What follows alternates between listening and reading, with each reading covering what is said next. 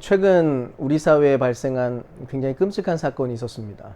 일명 신림동 칼부림 사건인데요. 제가 속해 있는 그 풋살 팀 그 카톡방에 누가 그 CCTV 영상을 공유한 거예요. 그걸 보고 나서 너무 끔찍해서 그날 밤에는 잠을 제대로 이루지 못했는데요. 아무튼 그 범인 스스로가 밝힌 범행 동기가 내가 불행한 것처럼 다른 사람들도 불행했으면 좋겠다. 그래서 이런 일을 저질렀다. 그런 이야기를 했었는데요.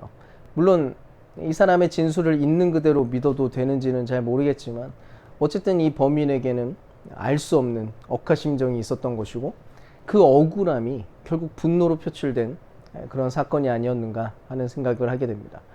근데 우리가 자세히 살펴보면 우리 주변에 때때로 매사에 억울해하는 그런 사람들을 만나게 되곤 합니다.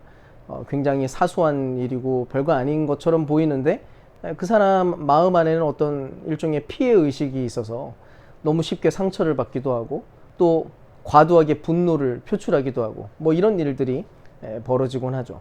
물론 대다수는 그렇다고 해서 칼을 들지는 않지만 또 한편으로는 누군가의 마음을 상처 입히는 키보드 워리어의 모습으로 또 그렇게 발견되기도 합니다. 바로 이런 식으로 매사가 불편한 프로 불편러들과 또 늘 어떤 일들의 피해자가 되어 있는 그런 사람들이 얼마나 많이 있나요? 심리학에서는 이런 모습들에 대한 진단을 자기애성 성격장애라고 그렇게 하곤 합니다. 왜냐하면 비뚤어진 자기사랑, 자기중심적 태도 때문에 그래서 이런 증상이 나타난다는 것이죠. 자신에 대해서 비현실적으로 과대평가를 하다 보니까 늘 모든 문제가 생기면 문제의 원인을 자기 자신이 아니라 남의 탓, 다른 무언가를 탓하게 된다는 것입니다. 그렇게 억울함을 느끼게 되는 것이고 또 스스로 피해자의 자리에 서게 되는 그런 일이 벌어진다는 것이죠. 오늘 우리가 살펴보려고 하는 이 아비멜렉 역시도 어쩌면 이와 비슷한 증상을 가지고 있었던 사람이었습니다. 아비멜렉은 사실 사사는 아니었죠. 그냥 기드온의 서자였습니다. 그러니까 어떻게 보면 우리가 앞서 보았던 기드온 이야기에서의 후유증쯤으로 생각을 하면 되는데요. 아무튼 지난주에도 우리가 살펴본 것처럼 기드온이 승리를 한 이후 사람들이 왕이 되어달라고 하는 그 요청에 기드온은 거절을 했습니다. 근데 기드온이 했던 그 멋들어진 고백들은 신앙적 이유로 했던 고백이라기보다는 사실 정치적 이유에서였죠. 그래서 왕이 되고자 했던 자신의 실제 속마음에 대해서 숨기지 못하고 결국 에봇을 만들고 말았습니다. 결국 기드온은 처음 시작하는 지점에서 바알 신상을 부수는 것으로 그 사명을 시작했는데 결국 그의 마지막은 새로운 바알을 만드는 식으로 그렇게 결론 나고 말았다는 것입니다. 또 왕이라고 하는 그 표면적인 직책에 대해서 분명히 거절했음에도 왕적인 지위와 왕으로서 누리게 되는 모든 영화는 그가 다 누리는 인생을 그는 살았다는 것이죠. 그에게 70명이나 되는 아들이 있었다는데 어쨌든 이 숫자는 사회적 지위와 또 재정적 뒷받침이 되지 못하면 절대로 성립될 수 없는 그런 숫자였습니다. 바로 이런 상황에서 서자였던 아비멜렉이 탄생을 하는데요. 그 이름의 뜻이 무엇이냐면 나의 아버지는 왕이다 라는 뜻입니다. 왜 이런 이름을 그가 갖게 되었을까 한번 생각을 해볼까요? 어쨌든 기드온은 왕처럼 그의 생애를 누리면서 살았습니다. 근데 정작 아비멜렉은 어느 위치였습니까? 서자였어요. 그러니까 그 영화와 지위에 대해서 이어받을 수 없는 그런 현실 속에 있었다는 것이죠. 아마 기드온의 첩이었던 아비멜렉의 엄마가 뭔가 좀 억울해했을지도 모르겠습니다. 그래서 아들의 이름을 그런 식으로 나의 아버지는 왕이다 라고 지었고 자기의 억울함을 아비멜렉에게 주입했던 것인지도 모르죠. 하여간 진실이 무엇이든지 간에 아비멜렉은 자기가 현재 처해 있는 그 상황에 대해서 무언가 상당히 억울해한 것 같습니다. 그러니까 내가 마땅히 받아야 된다고 생각하는 것을 받지 못하는 것에 대해서 억울해하는 거죠. 결국 무슨 일이 벌어집니까? 장성한 뒤에 외가 쪽 사람들인 세겜에 찾아가서 그 사람들에게 이야기를 합니다. 당신들 이제부터 나를 왕으로 모시는 게 좋을 겁니다. 한번 생각을 해보세요. 기드온의 아들들이 총 70명이에요. 이 70명이 전부 다 당신들을 다스리는 게 좋습니까? 아니면 내가 한 사람이 당신들을 다스리는 게 좋습니까? 그것도 나는 당신들의 친족입니다. 우리가 남이가 바로 그 정신으로 결국 세겜 사람들에게서 서포트를 받게 되고 그렇게 은 70개를 그가 챙깁니다. 그런데 그 은 70개의 출처가 어디였나요? 바로 바알브릿의 묘였습니다. 즉 그곳에 있는 우상에게서 돈이 나온 거고 그렇게 서포트를 받은 거예요. 그리고 그 지원금을 사용해서 불량배, 건달들을 불러 모으기 시작합니다. 그리고 그들과 함께 배다른 형제 70명을 전부 한 바위에서 살해를 하게 되는 거예요. 세겜과 아비멜렉의 결탁이 빚은 끔찍했던 참사였죠. 근데 3년이 지나서 3년 만에 이 둘 사이가 완전히 갈라지게 되고 이 둘이 모두가 서로에게 칼을 겨누다가 함께 몰락하는 일이 벌어지게 됩니다. 근데 성경은 그들의 몰락을 결코 우연이라고 이야기하지 않습니다. 오히려 그 참사 속에서 살아남은, 유일하게 살아남은 요담의 저주와 하나님의 개입하심이 빚어낸 그런 심판의 결과였다고 성경은 말하고 있습니다. 그래서 이제 우리가 주목해야 되는 것은 요담이 전하는 그 이야기에 대한 내용입니다. 그가 전하는 이야기 속에 아비멜렉 사건의 핵심이 발견되기 때문인데요. 하나님께서 대체 이 사건을 통해서 우리에게 무엇을 말씀하려고 하는지가 바로 그 안에 담겨 있습니다. 한번 간단히 살펴볼게요. 어느 날 나무들이 있었는데 그 나무들이 왕을 세우려고 시도를 했습니다. 그래서 그 나무들 중에서 가장 가치 있다고 여겨지는 나무들에게 찾아가서 왕이 되어달라고 요청을 해요. 그게 바로 감람나무, 무화과나무, 포도나무였습니다. 이 세 나무는 고대 근동사회에서 굉장히 가치 있었던 그런 나무들이었죠. 그래서 충분히 나무 위에 군림하는 왕이 될 어떤 자격을 갖춘 것으로 이해가 됩니다. 근데 이 세 나무 모두 왕 되기를 거절했어요. 이유가 무엇이었습니까? 9절을 보면 감람나무가 이렇게 대답을 해요. 내가 어찌 하나님과 사람을 영화롭게 하는 이 풍성한 기름 내는 일을 그만두고 가서 다른 나무 위에 날뛰겠느냐. 그리고 또 11절, 13절도 보면 두 과실나무 모두 이렇게 얘기합니다. 내가 어찌 하나님과 사람을 즐겁게 하는 달고 맛있는 과일 맺는 일을 그만두고 또 포도주 내는 일을 그만두고 가서 다른 나무들 위에서 날뛰겠느냐. 자, 이 나무들이 왜 거절하고 있나요? 이 나무들은 모두 다 자기의 가치와 영광이 전부 어디에 있는지에 대해서 알고 있었기 때문이었습니다. 그 나무들이 굳이 다른 나무 위에 군림하고 왕이 되어야 스스로 갇히게 되는 것이 아니라는 사실에 대해서 그들은 알고 있었다는 거죠. 그죠? 자기 자신들이 무엇 때문에 존재하는지, 자기가 무엇으로 어떤 일을 위해서 지음받았으며 어떤 특성을 갖고 있는지를 아는 바로 그 지식 속에서 그냥 그 안에서 머물러 있기만 해도 된다는 것에 대해서 이들은 알고 있었다는 거예요. 올리브유를 제공하는 사명, 맛 좋은 과실을 맺고 포도주를 만드는 그 사명, 그것 감당하는 것만으로도 충분했다는 것이죠. 근데 나무들이 포기를 하지 않습니다. 그래서 다른 나무, 마지막으로 찾아간 나무가 뭐였어요? 바로 가시나무였습니다. 가시나무가 뭔가요? 그야말로 아무 값어치 없는 나무의 상징이었습니다. 농사를 지을 때에도 그냥 방해만 되는 거지 전혀 도움되지 않는 그런 나무. 어쨌든 그 요청에 가시나무가 이야기를 합니다. 너희가 정말로 나에게 기름을 부어 너희의 왕으로 삼으려 하느냐? 그렇다면 와서 나의 그늘 아래로 피하여 숨어라. 그렇게 하지 않으면 이 가시덤불에서 불이 뿜어 나와서 레바논의 백향목을 살라버릴 것이다.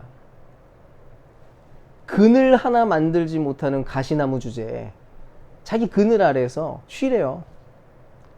그러니까 아무것도 없는 거, 아무 자격 없는 존재가 마치 모든 것을 할 수 있는 것처럼 자랑하는 그런 모양을 하고 있었다는 것입니다. 요담은 지금 이 가시나무가 바로 아비멜렉이라고 지적을 하고 있는 거예요. 그리고 외치는 거예요. 너 자신을 알아라. 네가 만약 너 자신에 대해서 제대로 알았다면 너는 절대로 왕이 되려고 하지 못했을 것이다. 아비멜렉 사건. 이 끔찍한 현실에 관해서 성경이 고발하는 문제는 결국 정체성에 관한 문제였던 거예요. 결국 우리 자신이 누군지를 모를 때, 우리가 어떤 존재인가에 대해서 이해하지 못하게 될 때, 그럴 때 어떤 일이 벌어지게 될지를 여기 보라는 것입니다. 당시 이스라엘이 보여준 그 불의와 불성실함, 그리고 그 폭력을 보고 뭐가 지금 잘못되어 있는지에 대해서 깨달으라는 것이었죠. 그럼 따지고 보면 우리의 인생, 우리의 존재는 모든 것이 마치 가시나무와 같았습니다. 아무 가치 없는 것, 그저 허망한 뿐인 그런 인생이었다는 것이죠. 그것이 인생의 실존이라는 것입니다. 전도서 기자가 말하는 것처럼 해 아래 살아가는 모든 인생에 대한 그 한탄, 곧 허무함인 거예요. 모든 인간은 전부 다 죽음을 향해 가고 있고 끊임없이 소모하고 소모하다가 결국은 절망만 남게 되는 그런 존재. 하나님의 형상으로 그나마 지어졌기 때문에 마치 무한한 가능성을 가진 존재인 것처럼 그렇게 착각을 하지만 그저 가능성만 갖고 있는 존재일 뿐이지 기어이 흙으로 돌아가는 그런 존재라는 것입니다. 가시나무에 그늘이 있다고요? 이 세상의 모든 문제들을 해결할 길이 인간 안에서 발견될 수 있다고요? 절망을 극복하고 인간이 행복해질 수 있다고요? 미안한 말이지만 그거는 가시나무와도 같은 인간들이 절대로 내뱉을 수 없는 이야기인 것입니다. 근데 현실을 보세요. 이 세상, 자기 자신이 가시나무인 줄도 모르고 하나 땔감으로조차 쓸 수 없는 존재라는 사실에 대해서도 이해하지 못한 채 마치 세상의 왕인 것처럼, 모든 것의 왕인 것처럼 군림하고 주관하면서 마음껏 살아가고 있다는 것입니다. I-centered life. 하나님이 아니라 자기중심성으로 온통 인간의 관점과 인간적인 모든 판단이 힘을 발휘하고 있는 게 이 땅의 현실이라는 거예요. 그 결과물이 바로 우리가 보고 있는 이 세상인 것입니다. 폭력이 가득하고 분열이 가득하고 자연 환경은 온통 파괴되어서 도무지 어디서부터 회복을 시켜야 될지 모를 그런 세상 말입니다. 바로 이것이 하나님이 우리에게 던지시는 그 고발인 거예요. 우리의 원래의 모습은 분명 가시나무였음에도 자기 주제를 모르고 하나님의 자리를 대신하려고 할 때 무슨 일이 벌어지는지를 보라는 것입니다. 여러분 기억하십시오. 우리 모두는 단지 가시나무에 불과했어요. 근데 우리의 진실, 우리가 원래 무엇이었는지에 대해서 온전히 알게 될 바로 그때 우리는 엄청난 하나님의 은혜에 대해서 마침내 깨닫게 됩니다. 골로새서 2장 12절에서 14절인데요. 여러분은 세례로 그리스도와 함께 묻혔고 또한 그분을 죽은 사람들 가운데서 살리신 하나님의 능력을 믿는 믿음으로 그리스도 안에서 그리스도와 함께 살아났습니다. 또 여러분은 죄를 지은 것과 육신이 할례를 받지 않은 것 때문에 죽었으나 하나님께서는 여러분을 그리스도와 함께 살리시고 우리의 모든 죄를 용서하여 주셨습니다. 하나님께서는 우리에게 불리한 조문들이 들어있는 빈 문서를 지워버리시고 그것을 십자가에 못 박으셔서 우리 가운데서 제거해 버리셨습니다. 하나님이 지금 우리에게 어떤 일을 하고 계셨는지, 어떤 일을 하셨는지에 대해서 우리가 확인해야 되는 것입니다. 우리에게 전해진 복음을 다시 발견해야 된다는 것입니다. 본문은 우리가 이제 완전히 새로운 존재로 일어났다라고 말해줍니다. 우리의 인생을 허무하게 만들고 우리 인생을 그렇게 비참하게 만드는, 우리에게 전부 불리하게 되었던 그 모든 조문들을 그분이 전부 다 찢어버리셨다는 거예요. 가시나무와도 같은 그런 존재에 불과했던 우리, 그늘 하나 제대로 만들 수 없는 존재로 살아갈 그런 운명이었는데 그 비참한 운명의 규정을 그분이 찢어버리셨다는 거예요. 아무 열매를 거둘 수 없었던 우리가 포도나무 가지가 된 것이고 아름다운 열매를 맺을 수 있는 그런 존재가 된 것이고 극상의 포도주를 만들어낼 수 있는 그런 존재가 되었다는 것입니다. 이 일을 위해서, 바로 이 일을 위해서 그리스도께서 자기의 생명을 버리셨다는 것이 성경의 증언입니다. 그야말로 어메이징 그레이스, 놀라운 복음인 것이죠. 우리가 기억해야 되는 정체성은 이중적인 특징을 가지고 있습니다.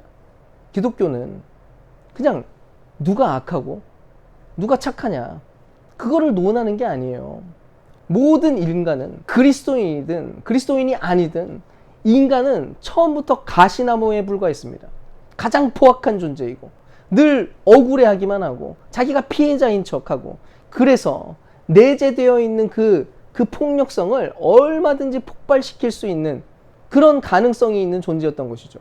근데 그런 우리가 예수 안에서 그분의 사랑 때문에 영광스러운 존재가 되었다는 것입니다. 그야말로 기적이 베풀어진 것이죠. 가시나무 따위였는데 감람나무가 된 것이고, 무화과 나무가 된 것이고, 포도나무가 된 것과도 같은 것입니다. 우리는 이제야 하나님을 기쁘시게 할 수도 있고 사람을 기쁘시게도 할 수 있는 그런 존재가 되었다는 거예요. 그게 곧 우리가 가지고 있는 진정한 정체성이라는 것입니다. 사랑하는 여러분, 오늘 이 요담의 이야기, 아비멜렉 이야기가 전해주는 그 교훈을 우리가 마음에 붙잡았으면 좋겠습니다.